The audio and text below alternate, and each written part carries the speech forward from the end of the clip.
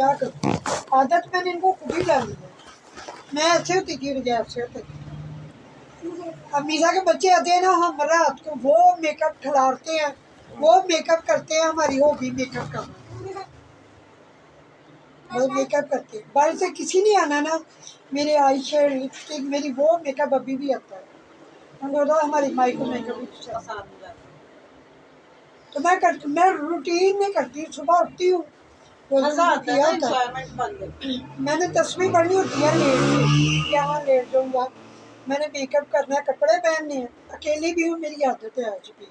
तैयार श्यार हो के अपने आप को। और जितनी बार मैंने नमाज पढ़ने के लिए उठना है, मैंने बदल के नमाज पढ़ी। बाहर जाने वाला या इधर उधर वाला कुछ नहीं लेना, अलग नमाज के कपड़े अलग।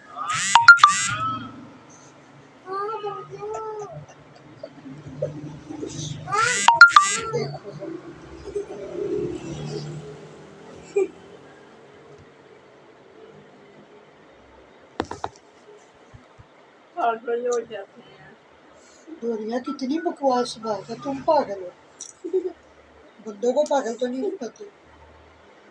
बताओ मुझे थोड़ा फाइनली काके का आप उसको इधर कब लेकर आओगे?